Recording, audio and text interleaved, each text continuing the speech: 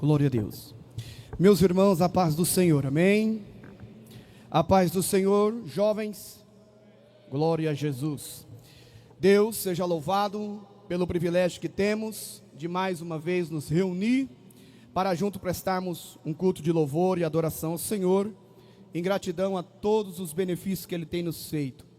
Quero agradecer a Deus por estar aqui, tendo esta honra, esse privilégio de compartilhar a palavra de Deus aos vossos corações. Isso, nada mais, nada menos, é promessas de Deus se cumprindo em nossa vida. Quero louvar a Deus pela vida do nosso pastor presidente, pastor Silas Paulo de Souza, que Deus continue abençoando, como também nosso pastor superintendente, pastor Samuel Gonçalves, que é uma referência para a nossa geração. Quero convidar a todos que trouxeram Bíblia, abri-la comigo no livro de Neemias, capítulo de número 8 e versículo de número 5. Louvar a Deus pela vida do pastor Silvio, um amigo e referência também para as nossas vidas. Pastor Marcão, que está ali, pastor Gils, pastor Jefferson, que está na nossa retaguarda. Que Deus continue abençoando a todos. Quero louvar a Deus pela vida da minha esposa, dos meus filhos e meus pais também que estão presentes. Deus continue abençoando em nome de Jesus. Neemias, capítulo de número 8 e versículo de número 5. Quem encontrou, diga eu. Diz assim a palavra do Senhor: E Esdras abriu o livro à vista de todo o povo, porque estava acima dele. E abrindo ele, todo o povo se pôs em pé. Repita comigo a parte final desse versículo. Diga assim no 1, 2, 3. Abrindo ele o livro, todo o povo se pôs em pé. Mais uma vez. Abrindo ele o livro, todo o povo se pôs em pé. Glória ao nome do Senhor. Diga para esta pessoa que está do seu lado: uma geração de pé, pelo poder da palavra. Glória ao nome de Jesus.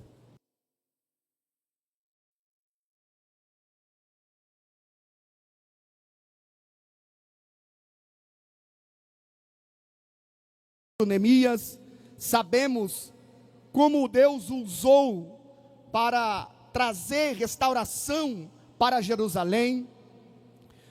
Nós sabemos que Neemias recebeu a visita de seu irmão Hanani, e ele pergunta qual era a situação que estavam todos aqueles que não foram para o exílio e estavam em Jerusalém. E Hanani diz para Neemias que os que estavam em Jerusalém estavam em grande miséria. Os muros estavam derribados, as portas estavam queimadas, enfim, o caos estava instaurado em Jerusalém. E quando Neemias recebe esta notícia, nós percebemos no primeiro capítulo que Neemias se entristece, se angustia, e ele vai para a oração, ele vai para o jejum, para a consagração, e vai ficar aproximadamente 3 meses orando, buscando a Deus, buscando uma direção de Deus, até que Neemias consegue cartas pelo rei, para ir então a Jerusalém, e em Jerusalém, ele colocar os muros que estão derribados de pé. É interessante a empatia de Jeremias, de Neemias, de receber a informação que estava a situação daqueles que estavam em Jerusalém, e a disposição dele ir buscar a Deus, orar, jejuar, consagrar, e se preparar espiritualmente, para poder ir reconstruir os muros da cidade de Jerusalém. Essa empatia de Neemias que chama a minha atenção, porque ele era copeiro do rei, estava desenvolvendo uma função e um cargo que trazia a ele um certo conforto, e porque ele abriu mão desse conforto para ir socorrer aqueles que estavam em Jerusalém. O fato é que Neemias para lá foi, e quando chega em Jerusalém, a Bíblia diz que ele caminha durante a madrugada, olhando e analisando a situação que estava aquela cidade, e por um período de 52 dias, ele vai trabalhar incansavelmente, sofrendo resistência, internas, resistências externas, ataques que pudessem impedir que ele terminasse aquela obra que Deus havia colocado no seu coração. É interessante porque quando Neemias chega em Jerusalém, que ele marca uma reunião para revelar a intenção e o propósito com o qual ele está ali para reconstruir aqueles muros. Talvez alguém levanta a mão e diz: Neemias, me desculpe, é porque já tem tanto tempo que esses muros estão derribados. Por acaso o senhor já fez um curso no Senai? O senhor já trabalhou de pedreiro?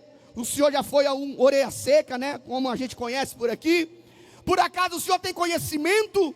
Qual é a garantia que o senhor nos dá que essa obra vai dar certo? E Neemias responde aquele questionamento dizendo: olha, esta reconstrução, esta obra vai dar certo. Não é porque eu já fui pedreiro, orelha seca, tenho um curso, tenho um currículo, não. Esta obra vai dar certo porque a mão do Todo-Poderoso está estendida sobre as nossas vidas. Bendito é o nome de Jesus. E ele trabalha incansavelmente, desde o capítulo 1 ao capítulo 7, gerando e trazendo a reconstrução dos muros de Jerusalém.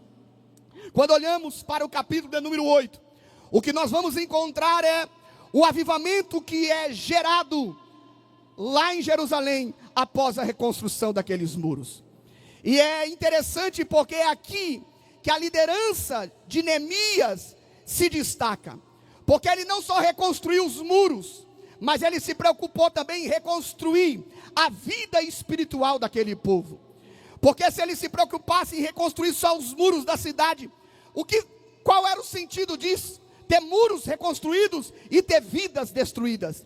Então Neemias se destaca em sua liderança, porque ele trouxe uma restauração estrutural, física, mas também ele se atentou para uma restauração espiritual.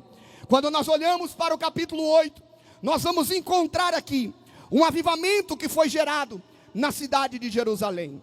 E quando nós olhamos para esse capítulo 8, nós podemos destacar aqui algumas características, alguns princípios que norteiam um verdadeiro avivamento.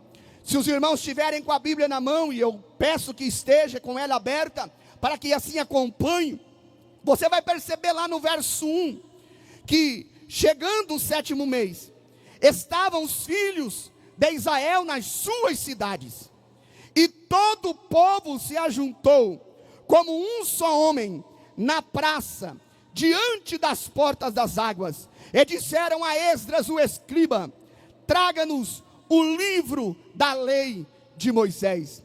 Você consegue perceber no texto que os filhos de Israel, eles estavam em suas casas, em suas cidades, eles estavam, podemos dizer, na sua zona de conforto, acomodados, tranquilos, mas não houve uma chamada, não houve uma convocação, não rolou um banner no Insta dizendo: venha para a praça, noite do avivamento, tarde do fogo pentecostal. Não, a Bíblia diz que todos espontaneamente saíram da sua zona de conforto e foram para a praça que está diante da porta das águas. E aqui está a primeira característica e o primeiro princípio para que se viva um verdadeiro avivamento. Qual é, irmão?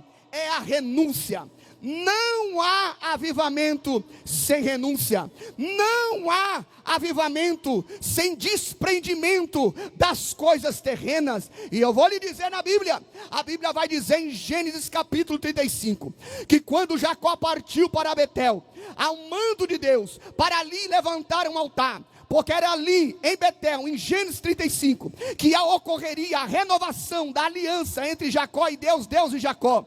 E quando Jacó chega em Betel, ele olha para aqueles que foram com eles, e Jacó vai dizer: olha, jogue fora, tira, arranca todos os deuses, aleluia, porque se a gente quiser atrair Deus nesse altar, primeiro a gente tem que tirar tudo aquilo que é estranho, tudo aquilo que não agrada a Deus, todos os deuses. O caminho de busca para o avivamento, aleluia, é um caminho que nós buscamos daqui, mas do outro lado a gente também tem que tirar algumas coisas. A gente tem que olhar para dentro de nós, identificar aquilo que impede de vivermos a plenitude do Espírito Espírito de Deus e entender pela palavra que para vivermos um avivamento, temos que começar a tirar as coisas estranhas. A Bíblia vai dizer em Esdras capítulo 9, que quando a reconstrução do templo acabou, pastor, um príncipe chegou para Esdras e disse: Esdras, na nossa linguajar o príncipe ia ser um X9, né, um coagueta. Mas ele chegou para Esdras e disse: Esdras, é o seguinte, eu vou passar uma informação para você. O templo aí tá lindo, tá uma beleza. Mas tem o povo, tem sacerdote e tem levita que está casado com mulher.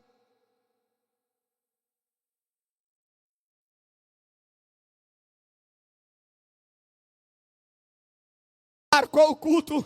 Esdras disse: olha, não adianta ter templo reconstruído. Se a gente quiser viver avivamento, a gente vai ter que separar das mulheres estranhas, porque todo avivamento cobra de nós uma renúncia, cobra de nós que a gente abra mão, que a gente se separe daquilo que não convém, daquilo que não está pautado na vontade, no propósito e na palavra de Deus. E Esdras disse: separai-vos das mulheres estrangeiras. E aquele povo todo se separou das mulheres estrangeiras e puderam viver novidade de vida para a sua vida, porque alcançaram e agradaram o coração daquele que tem poder para avivar as nossas vidas.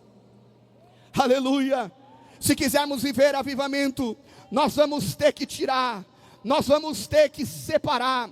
A Bíblia vai dizer em 2 Crônicas 29, como também em 2 Reis 18, que Ezequias, com a idade de 25 anos, assume o reinado de Jerusalém. E quando Ezequias assume o reinado de Jerusalém, ele observa que tem muitos altos para Baal construídos. E ele disse: não tem como eu aqui buscar a Deus para avivar, para Deus mandar avivamento, cheio de altos de Baal, cheio de escultura. E Ezequias destruiu, Ezequias desfez, Ezequias abriu as portas do templo. Era como se ele estivesse dizendo: Jeová, eu já arranquei tudo aquilo que impedia a manifestação da sua graça, e eu estou abrindo a porta do templo, porque faz muito tempo que ela estava fechada, para que o Senhor manifeste da tua graça, do teu poder, porque se quisermos avivamento, nós vamos ter que arrancar aquilo que não te agrada. Avivamento, o primeiro princípio é a gente sair da zona de conforto, é a gente renunciar, é a gente se desprender das coisas da terra, é a gente abrir mão e mostrar para Deus que a gente quer aquilo que Ele tem para enviar para a nossa vida. Quando você olhar para Atos capítulo 2, verso 1, que é que está escrito lá? Ao cumprir-se o dia de Pentecoste, veio do céu um som. Mas eles estão reunidos ali, vivendo o cumprimento de Pentecoste. Por quê? Porque primeiro eles viveram a Páscoa. Só pode viver cumprimento de Pentecoste quem passa pela Páscoa. Pentecostes é 50 dias depois da Páscoa.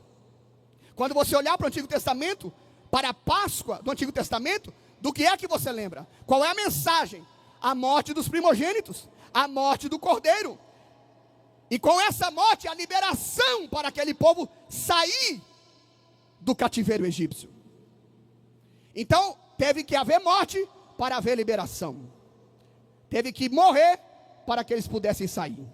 Quando você olha para o Novo Testamento, quem é a nossa Páscoa? É Cristo, que morreu, aleluia.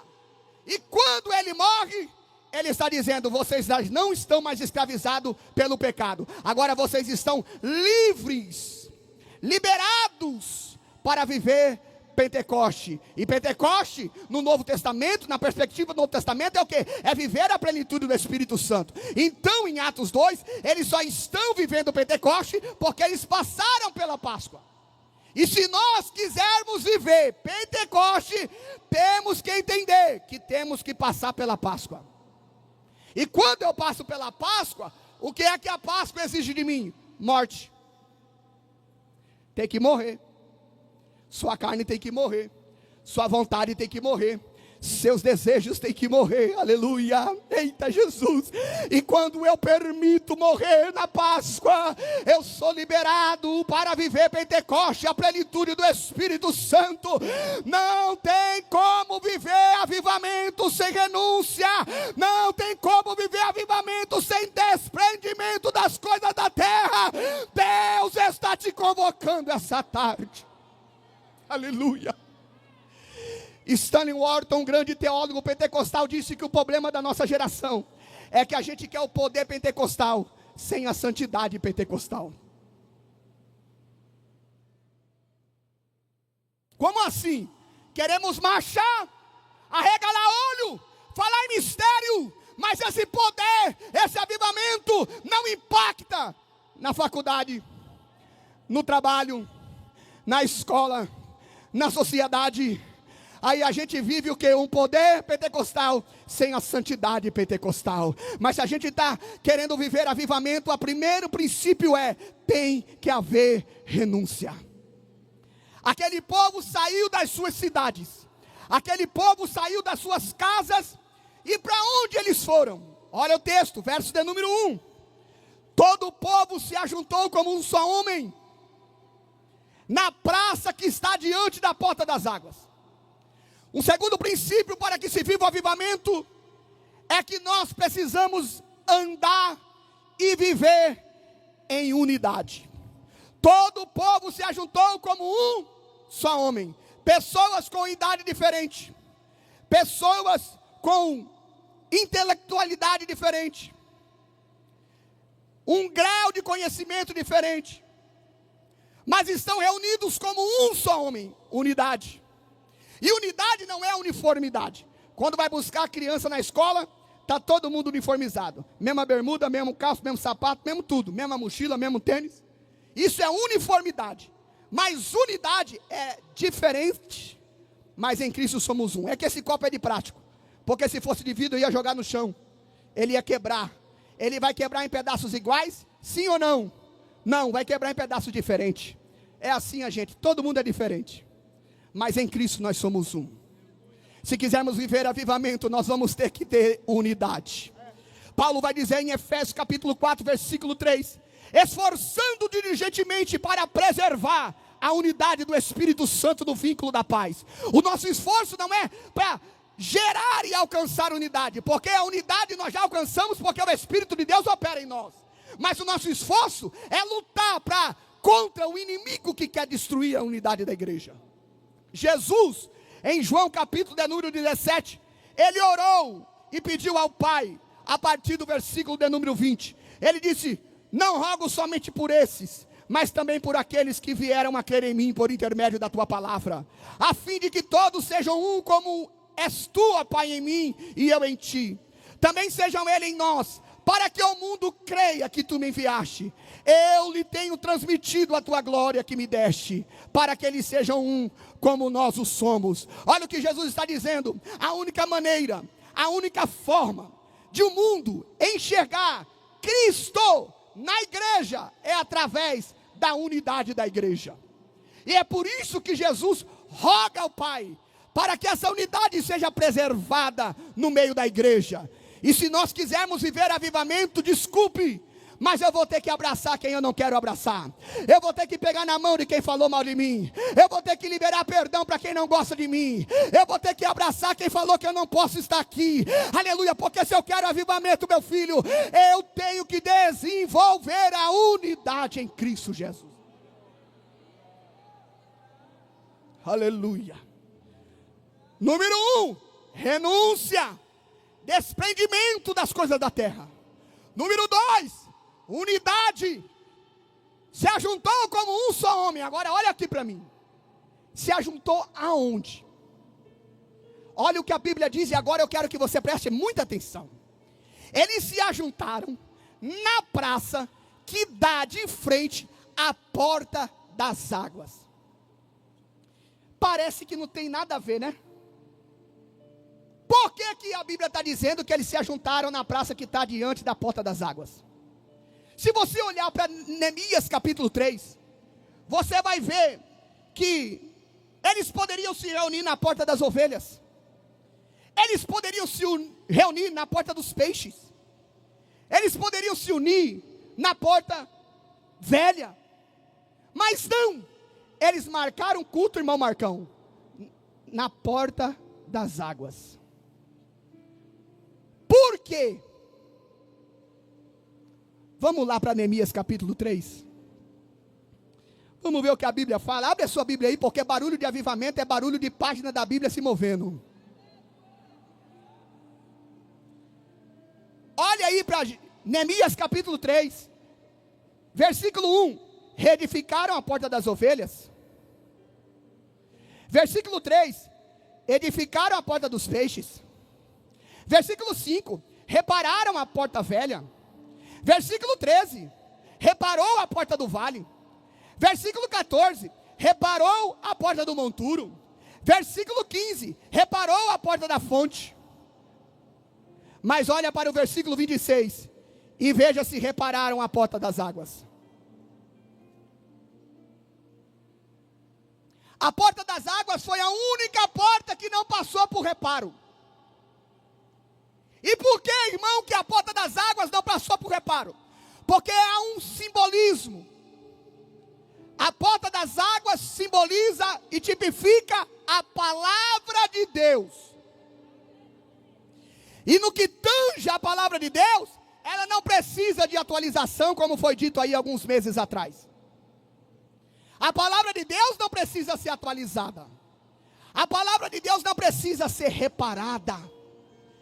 A palavra de Deus não precisa ser restaurada. É ao contrário.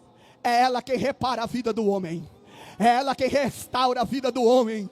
O homem vem todo troncho, parecendo uma moeba, aquela gosma. Mas quando a palavra de Deus se choca com a estrutura, quando a palavra de Deus compunge o coração do homem, ele pode estar todo troncho, mas ela restaura a vida deles.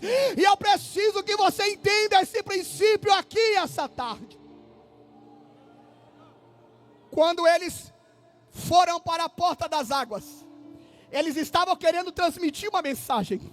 Por que não vai para a porta dos peixes, para a porta do monturo, para a porta das ovelhas? Não queremos.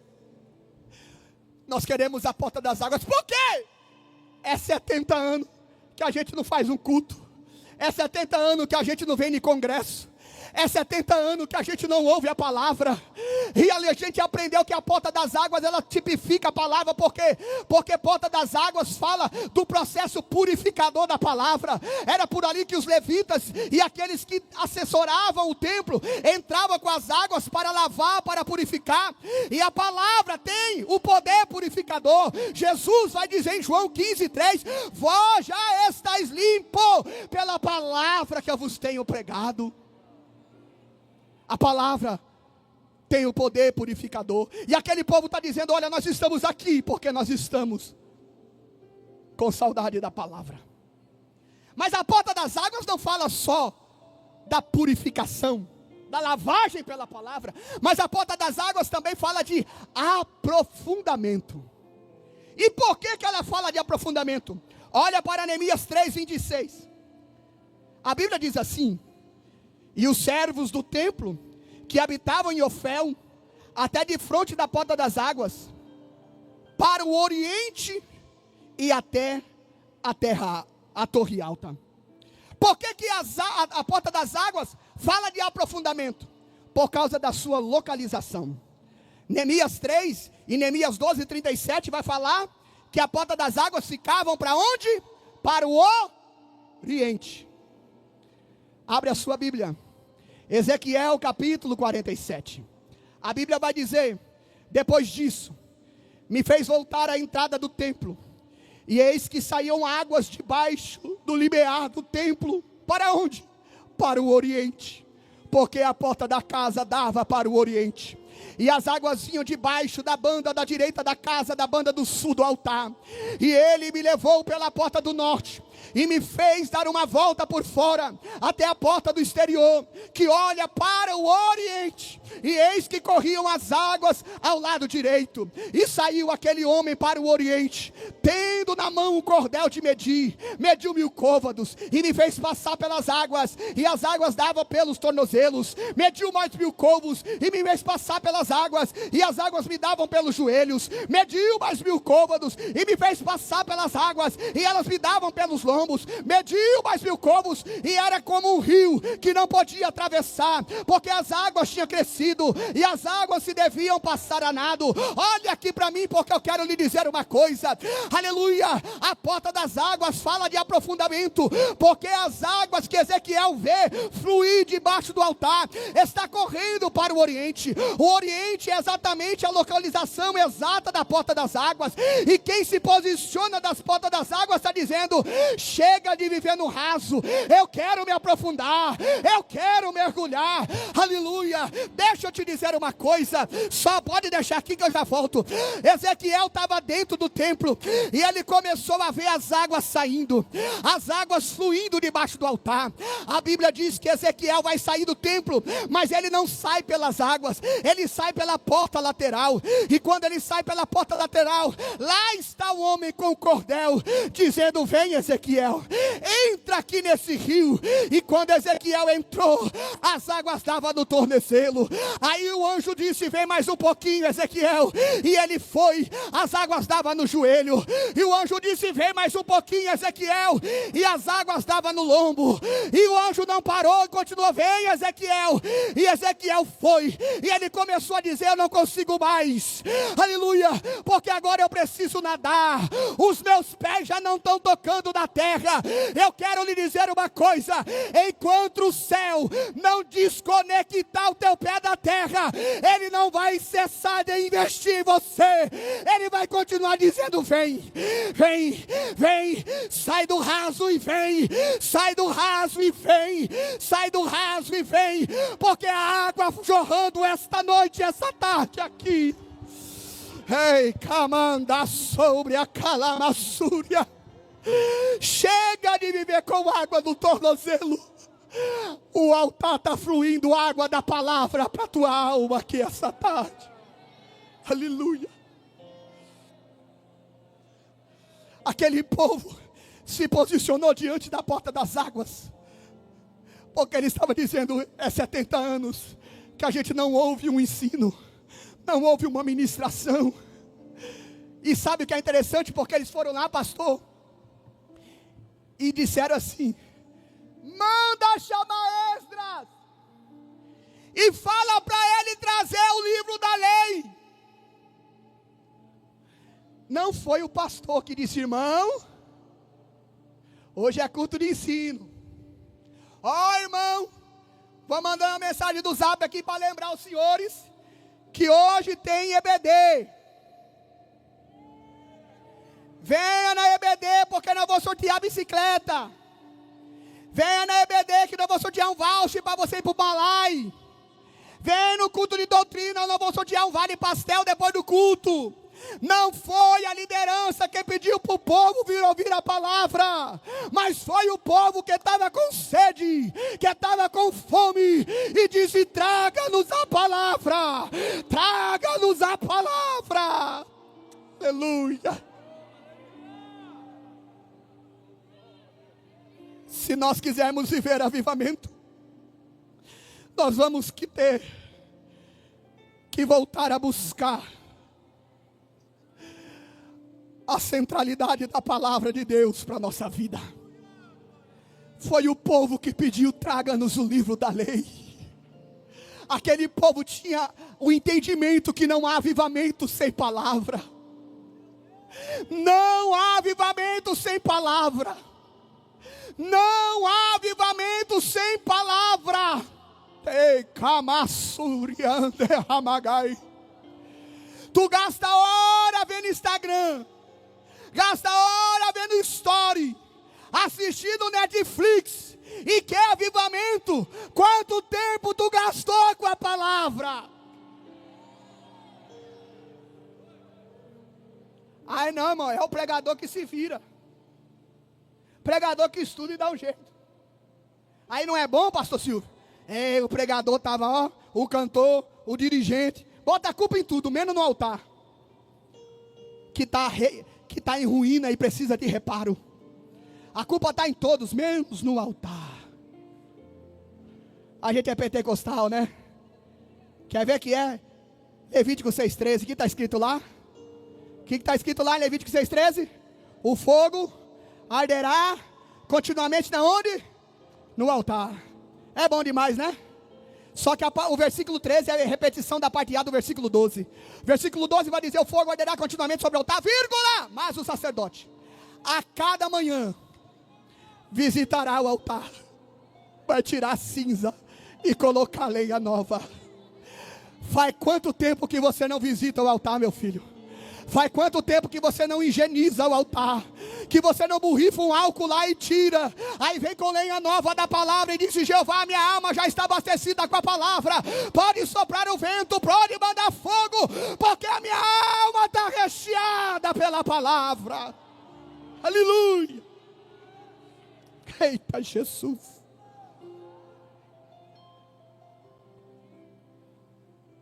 Reuniram-se na porta das águas, que fala da palavra, e disseram: traga-nos o livro da lei, porque nós queremos ouvir a palavra. O povo está com fome da palavra. O povo está com fome da palavra. E aqui vai um recado para você, jovem, que quer pregar, que quer ensinar. Vá ler Bíblia. Vá dedicar na leitura da palavra. Por quê? Porque o povo está com fome da palavra. Você percebe que o povo não pediu pregador que arrasta a multidão, porque o povo não quer pregador que arrasta a multidão. O povo quer palavra. O povo quer palavra de Deus. Aleluia. Aleluia. Aleluia. A gente fica preocupado com quem arrasta a multidão. Meu filho, quem precisa preocupar é com Jesus, porque Jesus não arrasta a multidão, Jesus transforma a multidão. A gente precisa preocupar com a centralidade de Cristo. A W. Tozer disse que chegaria um tempo, Marcão, que reunir pessoas em um ambiente onde Jesus fosse a única atração seria difícil. E parece que esses dias chegaram, meu irmão. A gente vê, dependendo de quem vai cantar, quem vai pregar. Eu vim aqui para dar lugar a Jesus. Eu vim aqui para dar lugar a Jesus. Aleluia. Você veio por Ele aqui essa tarde, veio. Você veio por causa de Jesus. Jesus. Aleluia. Traga-nos o livro da lei. E Esdras trouxe o livro da lei. E a Bíblia vai dizer no versículo de número 3, que Esdras leu o livro da lei, desde a alva até ao meio-dia. Sabe quantas horas durou esse culto aqui? Só 6. Só 6 horas. A gente ouve hino 2 horas, aí com 10 minutos de palavra, estou cansado. Aquele povo ouviu, foi a só 6 horas de palavra. É por isso que poderia encontrar qualquer testemunho de Jeová. É porque aqui na parte A diz isso, na parte C, aqui na parte B, joga tudo no liquidificador, bate e dá para comer. Aí o crente, o jovem, que não tem conhecimento de palavra, começa a comer esse pão embolorado. Faz isso não, meu filho. Levanta cedo, abre Bíblia, vai ler, vai meditar nas Escrituras. Não, varão. Meu pastor ensinou terça-feira 1 hora. Mas eu vi um vídeo no YouTube de 3 minutos, que o pregador do YouTube desconstruiu o que o meu pastor falou. Oh, meu Deus. Qualquer vento que bate, tu é levado. Qualquer sopro que dá, tu é levado. Mas aquele que ouve e pratica a palavra é fundamentado na rocha. Vai soprar vento, vai vir mar, vai vir chuva, vai vir o que for, meu filho. Não adianta, Satanás. Eu tenho fundamento, eu estou estruturado. Eu sou pentecostal, e pentecostal que é pentecostal, ele tem fundamento na palavra de Deus. Ele não é um doido, um louco, não. Ele é fundamentado na palavra de Deus. Aquele povo ouviu 6 horas de palavra. Se quisermos viver avivamento, primeiro, renúncia. Segundo, unidade. Terceiro, desejo pela palavra. Quarto, reverência pela palavra. Quantas horas? Quantas horas? Eu não sei se estava sentado, se estava de pé, se estava deitado, não sei. Mas a Bíblia diz que os ouvidos de todos estavam atentos à palavra. Reverência. Olha, irmão, eu sei que o ser humano é um ser acostumável. Ele se acostuma, se ele está muito gordinho, a comer pouco para emagrecer. Se está muito magrinho, costuma comer muito para engordar. Mas a gente não pode se acostumar com as coisas que são sagradas. A gente não pode se acostumar com Deus. A gente não pode se acostumar com as coisas de Deus. Aleluia. O pior estágio que a gente pode alcançar é quando a gente se acostuma com Deus e com as coisas de Deus. Quando você olha para Ofni e Finéias, eles se acostumaram com aquilo que é sagrado. E você sabe qual foi o fim de Ofni e Finéias. Mas no meio daquela casa, daquele templo, tinha um jovem, glória.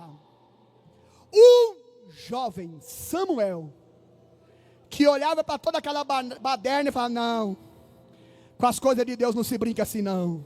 As coisas de Deus é santa e é sagrada.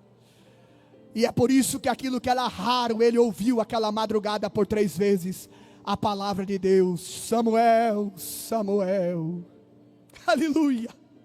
Se quisermos viver avivamento, temos que ter reverência pela palavra. E a Bíblia vai dizer que ele leu, e o povo tinha os ouvidos atentos. Versículo 4. Esdras, o escriba, estava em um púlpito de madeira, que fora feito para aquele fim. Diga para esse jovem, esse irmão que está do teu lado, fala: irmão, o púlpito foi feito para pregar a palavra. Não se esqueça disso. Púlpito foi feito para pregar a palavra. Agora você vai perceber no versículo 4 que não é só Esdras que está lá. Tem outros homens. Mas por que é Esdras que está atrás do púlpito? Quer saber?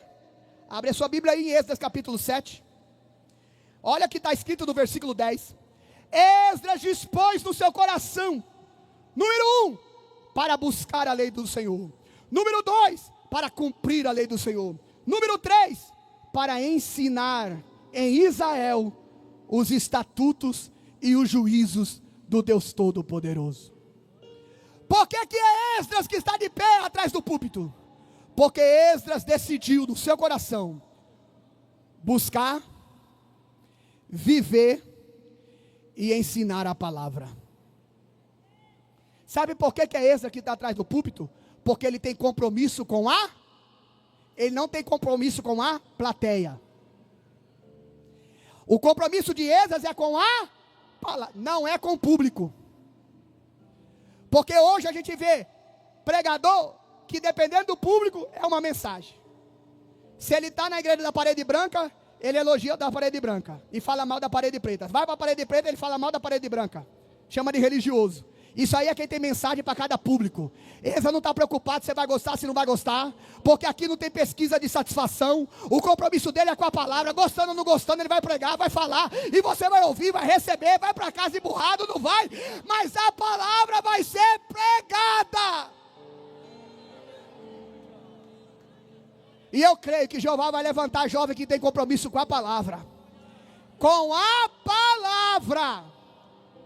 Ele não quer saber se você vai entrar no Instagram dele, vai aceitar, vai curtir, vai dar like. Eu não estou preocupado, meu filho. Eu quero saber que quando eu sair daqui, depois do culto à noite, é claro, eu vou encostar a cabeça no travesseiro e vou dormir tranquilo, porque eu preguei uma mensagem bíblica e responsável.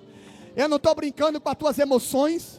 Eu não quero ver você pular, carregar banco. Isso aí não é eu que faço, mas é o efeito da palavra que faz. E se o teu coração estiver aberto para a palavra, pode ficar tranquilo, porque até o final desse período o fogo da palavra vai queimar na tua alma, e você vai se alegrar no Espírito aqui essa tarde. Esdras está de pé porque ele tem compromisso com a palavra. Sabe o que John Stott disse? Que a gente não deve se preocupar com quem entra e sai das nossas igrejas, mas a gente deve se preocupar com quem sobe e desce de nossos púlpitos. Você entendeu o que John Stott quis dizer, né? Os púlpitos precisam de pessoas comprometidas com a palavra. Aleluia.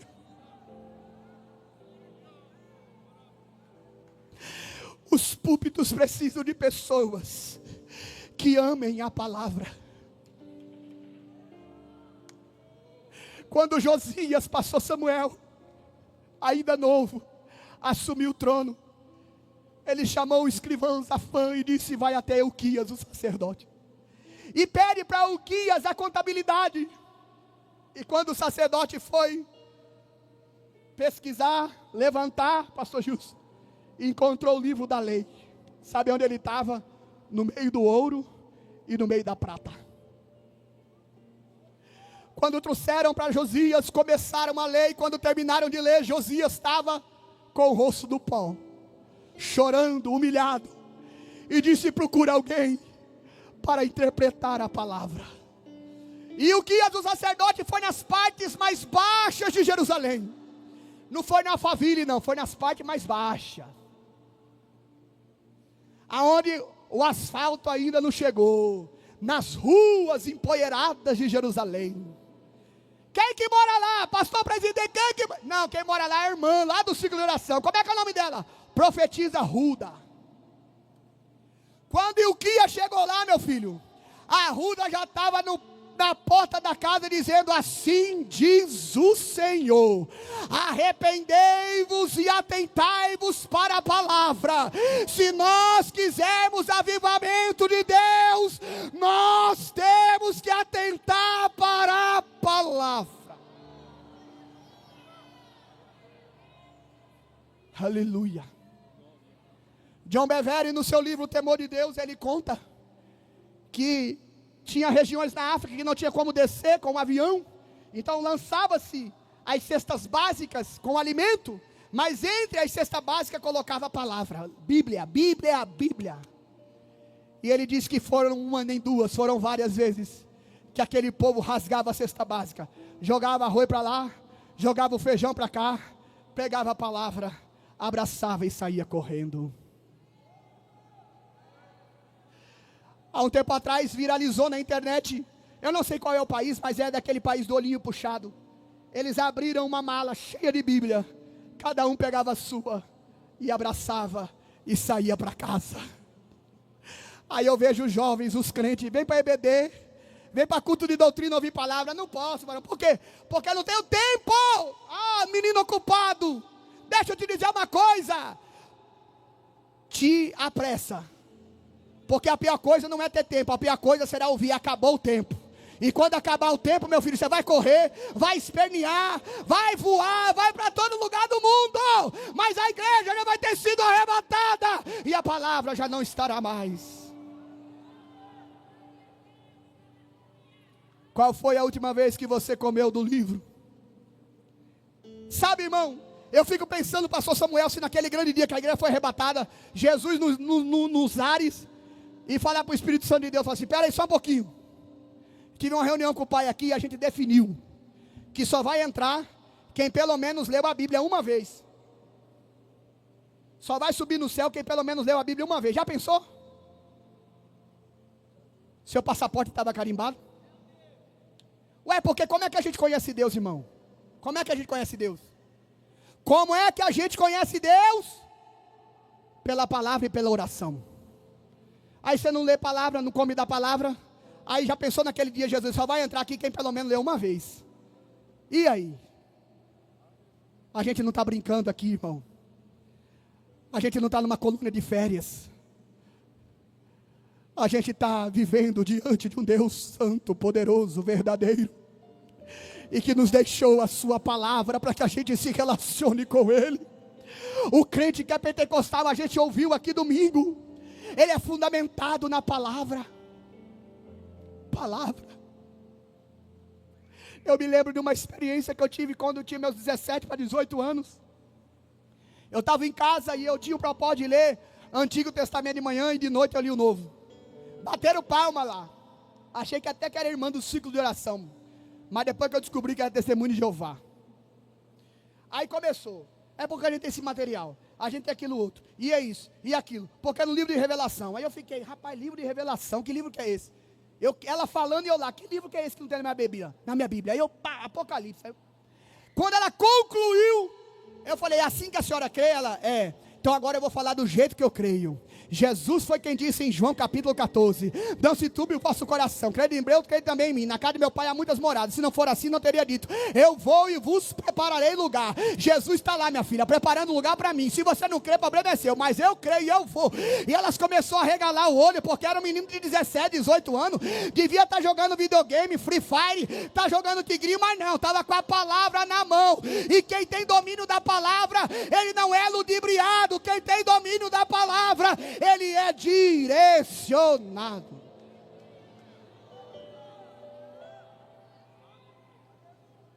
Hoje eu quero que você saia daqui com teu coração desejoso pela palavra. Pela palavra. Vamos voltar para o texto. Esdras estava de pé. E o que Esdras fez no púlpito? Foi o versículo que nós lemos. Versículo 5. Esdras abriu o livro à vista de todos os povos. E abrindo ele o livro, todo o povo se pôs. Se quisermos ver essa geração de pé, é só por intermédio da palavra. Jovem, o que te vai sustentar na faculdade e no trabalho é a palavra. Jovem, o que vai te sustentar diante das tentações é a palavra. Agora não fica bravo comigo não, porque é a Bíblia que está dizendo. Abre a sua Bíblia aí em Êxodo capítulo 7. Olha lá para o versículo 26 o que está escrito. Todo aquele que não observar a lei de Deus e a lei do rei, será condenado, vai morrer, vai ao desterro, os seus bens serão confiscados, ou vai ser preso. Precisa de interpretação ou não? Todo aquele que não observar a lei de Deus, o que vai acontecer, irmão? Ele está correndo o risco de ser condenado, ele está correndo o risco de morrer, ele está correndo o risco de ser desterrado, ele está correndo de perder os bens. Por que ele vai perder o bem? Porque ele não observa a palavra. Vou só atualizar, só um pouquinho, só para você compreender, porque eu falo para jovem aqui. Sabe o que a Bíblia está dizendo? Ou você lê estuda a palavra, ou você vai morrer. Ou você estuda a palavra, ou você vai ter seus bens confiscados. Qual que é os bens do jovem? O celular. Ai meu Deus, eu vou perder meu iPhone. Vai, então vai ler Bíblia. Ai meu Deus, eu vou perder meu notebook. Vai perder, vai ler Bíblia. Eita Jesus. Ai, aonde eu vou assistir Netflix? Não sei, meu filho, mas vai ler Bíblia.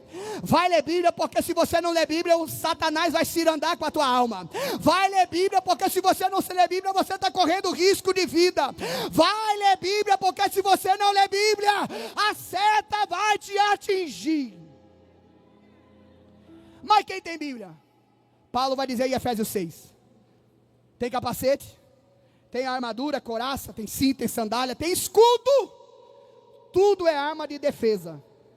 A única arma de ataque, espada do Espírito, que é a palavra. Você vai ficar defendendo até quando? Porque tem crente que só fica na defesa. Ai, vem meu filho, vem para a batalha. Não posso, varão. Por quê? Eu não tenho nem canivete, imagina espada. Se eu for, eu vou morrer. Então, meu filho, vá caçar tua espada aqui essa tarde. Vai amolar tua espada. Porque o único elemento de ataque dado à igreja é a palavra. Aleluia. Eita Jesus. Você pode se colocar de pé?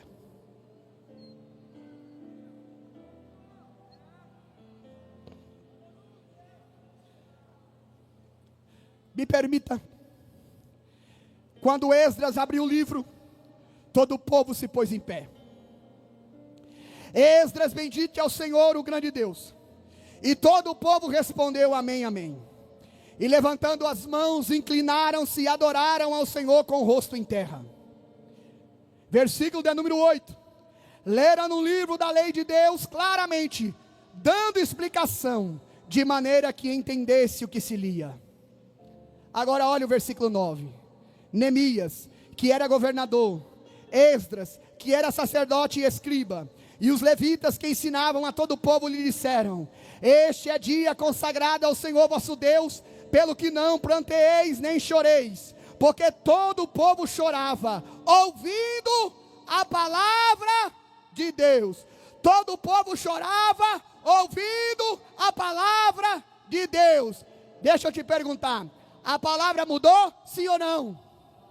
O Deus da palavra mudou? Sim ou não?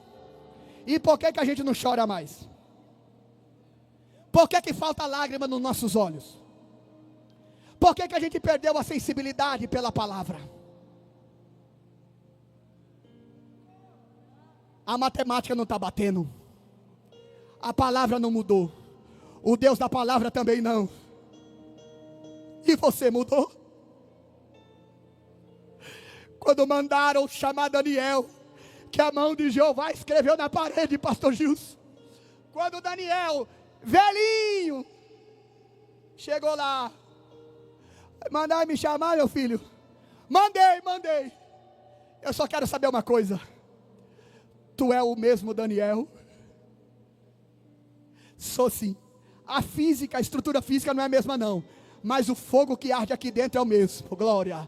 Eu cheguei aqui jovem, eu já era apaixonado pela palavra. Eu estou idoso, mas eu continuo amando a palavra. O que vocês precisam? Eu preciso que interprete essa palavra. É comigo mesmo, meu filho. Se assenta aí, abre o coração, porque eu vou revelar o que é que Jeová está escrevendo. Levanta a tua mão para o céu essa tarde. A palavra de Deus vai arder no teu coração. A palavra de Deus vai queimar a tua alma. Ei, canda sobre a harga, sobre a midiofá.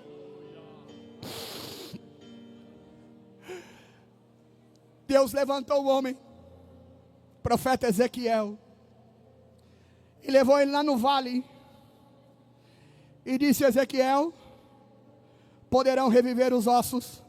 Fala, Jeová, eu já vi a sua glória no capítulo 2. Eu conheci ela lá no capítulo 2. Eu vi a glória indo embora no capítulo 10. Tive tantas experiências, mas do jeito que está esse vale, cheio de osso seco, não consigo ver um pingo de perspectiva de vida. Aí Jeová disse: pois agora você vai aprender uma coisa. O quê?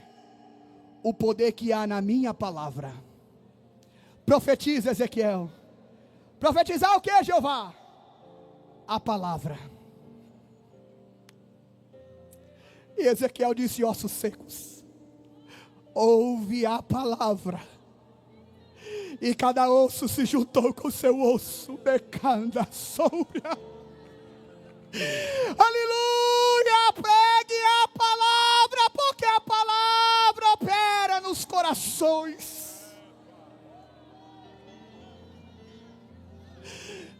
Feche os teus olhos, eu quero orar por você. Decanda sobre ele, manda sai. Jesus, a única coisa que eu te peço essa tarde, Jesus, dá fome e sede para essa juventude, mas fome e sede pela tua palavra, Pai. Coloque desejo nesse coração, coloque desejo nesta alma para meditar na tua palavra, Pai. O Netflix, o cinema, o futebol, os jogos, ó Pai, nós renunciamos essa tarde, porque nós queremos avivamento, e avivamento só é gerado e vivido pelo poder da tua palavra. Então devolve, Jesus, restaura, Jesus, renova, Jesus, repara, Jesus, aviva, Jesus, pelo poder da tua palavra. Oh Espírito Santo, dai-nos sede e fome da tua palavra. Oh meu jovem, se você permanecer fiel a esta palavra, Deus estará projetando a tua vida. Deus projetará o teu futuro. Deus projetará o teu amanhã. Mas o segredo é: permaneça na palavra. Permaneça na palavra. E eu vim profetizar sobre essa geração nessa tarde. O que, irmão? Que o mundo não vai te tragar. As obras de Satanás não vão te tragar. Porque esta geração está de pé. Mas está de pé pelo poder da palavra. Pelo poder da palavra. Que Deus os abençoe em Cristo Jesus.